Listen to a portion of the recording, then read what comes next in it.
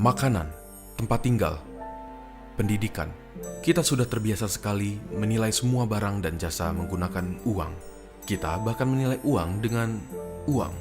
Kita lupa bahwa uang yang berada di bank hanyalah sejumlah angka di komputer. Dan uang di dompet kita hanyalah kertas yang berkilat.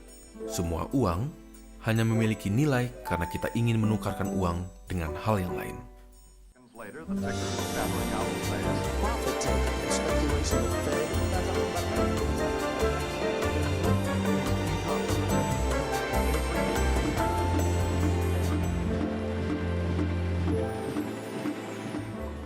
Ketika memikirkan mengenai asal-muasal uang, cenderung kita memikirkan mengenai barter.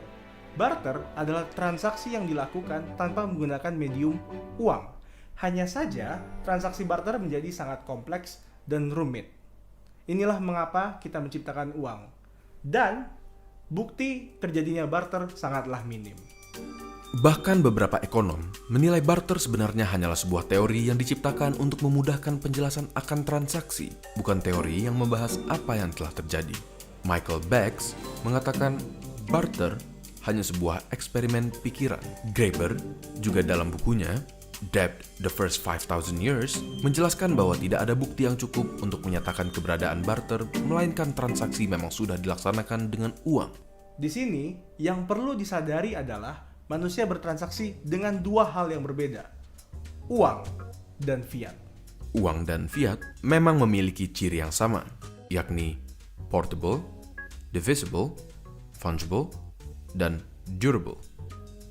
Namun uang dapat berfungsi sebagai penyimpanan nilai atau store of value. Contoh benda yang dapat didefinisikan sebagai uang adalah emas, sedangkan rupiah, dolar, peso, dan sejenisnya merupakan fiat.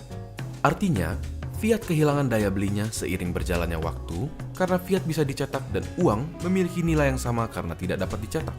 Berdasarkan ini, yang membedakan uang dan fiat adalah fiat tidak memiliki batas. Emas telah dijadikan sebagai media transaksi dan sebagai alat penyimpanan dari dulu. Di masa modern, emas sempat dijadikan sebagai basis keuangan yang disebut commodity money. Tapi, kita tidak mungkin membawa emas yang berat kemana-mana kan? Nah, di dalam sistem commodity money, emas-emas tersebut hanya disimpan di bank dan transaksi akan dilakukan dengan kertas yang menyatakan kepemilikan emas tersebut. Oleh karena itu, kertas yang dibawa-bawa merupakan claim check. Di dalam sistem ini, emaslah yang merupakan nilai sesungguhnya dan kertas-kertas yang dibawa merupakan hak klaim untuk menggantikannya menjadi emas yang disimpan. Sistem commodity money digantikan dengan mata uang fiat. Fiat adalah alat tukar yang dicetak sesuai kehendak pemerintah. Menurut hukum ekonomi, semakin banyak suplai suatu barang, maka semakin rendah nilainya. Berbeda dengan emas yang bersifat terbatas dan langka, emas tidak dapat dicetak, sedangkan fiat dapat dicetak. Berkat suplai fiat yang dapat ditambah, dan memang ditambah, terjadilah inflasi. Kita berpindah dari commodity money ke fiat currency pada tahun 1971. Terdapat dua pemikiran yang menghasilkan nilai pada fiat seperti rupiah, dolar, dan sejenisnya.